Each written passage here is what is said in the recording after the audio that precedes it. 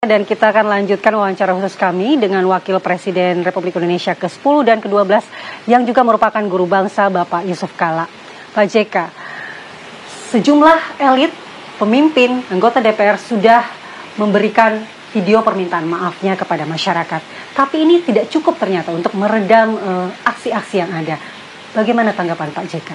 Ya tentu permintaan maaf itu bagus dan juga patut memang orang yang telah merusak citra juga mencederai masyarakat tentu harus minta maaf. Tapi bukan hanya maaf, selanjutnya gimana? Itu yang tentu diharapkan masyarakat. Bagaimana di samping masyarakat kita minta tertib, pejabat juga harus tertib. Korupsi yang di mana-mana terjadi, hampir semua instansi terjadi, sehingga ini harus dibuktikan dan juga dengan tindakan tegas. Saya yakin itu berkali-kali Presiden menyerukan itu. Tentu itu niat Presiden bagus seperti itu. Nah, tapi harus dibuktikan supaya masyarakat ini paham bahwa keberatan masyarakat, protes masyarakat hal itu dipenuhi. Karena ini apabila masyarakat emosi, maka tindakan tegas yang membuktikan bahwa seruan atau protes masyarakat itu dipenuhi, baru bisa menenangkan masyarakat. Kalau hanya kita menjanjikan saja minta maaf, kelihatannya masyarakat tidak puas dengan itu. Harus dipenuhi seperti itu. Pengalaman kita semua dalam konflik-konflik masyarakat ini timbul karena ketidakadilan, timbul karena ketimpangan. Jadi angka berikutnya ini negeri masih panjang. Ketimpangan masyarakat harus segera kita atasi dengan memberikan kesempatan luas masyarakat itu berusaha mendapat pekerjaan, mendapat layanan masyarakat yang penuh. Kemudian juga tentu keadilannya, karena keadilan sosialnya, keadilan kesempatan untuk maju, itu semua harus menjadi kenyataan. Karena ini terjadi seperti itu. Apa yang terjadi 98 juga ketimpangan. Ketimpangan sosial dan juga masyarakat sulit. Karena ini harus menjadi perhatian kita semua dan harus tindakannya harus jelas. Harus jelas dan harus menjadi bahagian dari program pemerintah yang terjadi seperti itu. Nah, di samping itu juga tindakan seperti menaikkan pajak masyarakat. Kalau menaikkan pajak para pengusaha mungkin dapat dipahami, tapi kalau masyarakat PBB kan masyarakat itu juga dari beberapa daerah berlebihan. Gitu. Nanti walaupun sudah berhenti dipahami, dimengerti masyarakat sendiri berhenti menjadi bahagian daripada peringatan yang sudah dilaksanakan. Jadi sebenarnya pemerintah juga sudah menanggapi beberapa hal. Nah, ini semuanya, tapi asal jangan tindakan-tindakan itu muncul lagi dan masyarakat diyakinkan bahwa itu akan betul-betul dipenuhi. Berarti masyarakat sudah tidak percaya hanya dengan kata-kata dan janji saja ya Pak JK, harus dengan tindakan yang nyata, yang konkret. Iya, karena itulah maka permintaan maaf itu penting, tapi itu harus dibuktikan bahwa tidak terjadi lagi. Atau mungkin para pejabat ini harus mengevaluasi gaya komunikasi mereka ke masyarakat, karena kan ini banyak yang blunder, banyak yang menggunakan diksi-diksi yang menyakitkan. Ya tentu komunikasi penting, tapi bukan hanya komunikasi, tindakan tidak merugikan bangsa, tidak merugikan negara, tidak korup. Ini kan semua menjadi itu penegakan hukum yang baik. Ya itu lembaga hukum kita memang harus reformasi dengan jelas. Reformasi hukum. Oh iya, seperti itu. Berarti tidak hanya aparat kepolisian ya? Bukan hanya lembaga hukum. Polisi, kejaksaan, pengadilan. Itu semua harus berjanji kepada keadilan. Kalau ada orang bersalah. Dan Pak Presiden kan sudah mengambil tindakan seperti memberikan amnesti kepada pihak yang diadili secara tidak adil gitu kan. Nah, itu kan harus menjadi pelajaran semua seperti itu. Nah, tapi masyarakat juga harus menyadari bahwa apabila negara ini rusak, sulit, akan berakibat juga ke masyarakat kembali. Seperti yang terjadi pada keributan atau keprihatinan sebelumnya.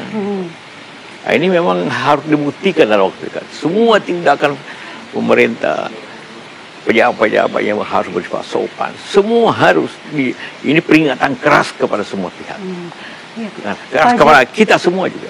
Iya, Pak JK kan dikenal sebagai tokoh perdamaian. Pak JK pernah mendamaikan kasus Poso, kemudian Aceh.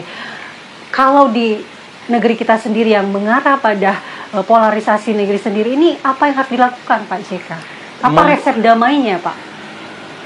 Resep damainya itu ya seperti itu, mengambil tindakan yang tegas kepada yang bersalah, kemudian mendengarkan aspirasi masyarakat itu dengan baik dan melaksanakan aspirasi itu. Ya, di mana-mana perdamaian itu dan terjadi salah pengertian juga. Di dulu di Poso, Ambon itu kan salah pengertian tentang agama, tentang apa itu situasi politik di sana. Ini kan masalah gabungan. Ini apa terjadi yang selalu saya peringatkan. Kalau terjadi krisis politik dan krisis ekonomi secara bersamaan, ini akan timbul masalah besar. Ini terjadi sekarang. Jadi politik harus diperbaiki, ekonomi juga harus diperbaiki. Karena kalau tidak timbul lagi. Jadi ini memang tindakan yang peringatan yang keras kepada kita semua, kepada termasuk saya untuk bertindak. Pada pengusaha juga, Pak Presiden sudah selalu memperingatkan tentang keserakakan daripada banyak pihak pengusaha harus mengoreksi diri. Buruh juga minta gaji yang pantas. Itu harus menjadi peringatan kita semua. Peringatan semua untuk dilaksanakan secara baik. Bukan hanya kita evaluasi, kita hanya menyajikan, bukan hanya minta maaf, tapi suatu tindakan yang jelas dan diketahui semua orang secara transparan. Ini menjadi bahagian daripada demokrasi yang kita anut itu meminta harapan transparansi, keberpihakan kepada yang lemah, juga tingkat keadilan, tingkat ketimpangan yang harus diperbaiki. Ini semua gampang diucapkan memang, tapi harus kita laksanakan dengan baik. Pak JK, Anda juga adalah Ketua Umum Dewan Masjid Indonesia. Mungkin ada seruan melalui DMI seluruh Indonesia agar tercipta suasana yang lebih sejuk di tengah kondisi yang panas ini, Pak JK. Kita sudah menginstruksikan. Nah, sekarang lagi saya ingin tegaskan kepada teman-teman pengurus masjid dimanapun berada di Indonesia ini untuk menyuarakan keadilan, menyuarakan kedamaian. Masjid harus tempat di mana masyarakat berlindung untuk mencapai suatu kehidupan yang baik, kedamaian bernegara, kedamaian bermasyarakat, dan juga tindakan anarkis harus diajarkan yang jangan terjadi pada masyarakat. Karena itu masjid kan mempunyai 800.000, semua mempunyai speaker yang baik dan semua ada jamaah yang peringatan kepada masyarakat sekitarnya atau akan bertindak kedamaian. Tapi bukan hanya kedamaian, tak menimbulkan kehidupan ekonomi masyarakat, sosial masyarakat yang baik. Dan samping itu mengajarkan ibadah yang baik. Karena kalau masyarakat itu melaksanakan ibadah yang baik, pekerjaan yang baik, kedamaian, maka itu akan negeri ini akan maju.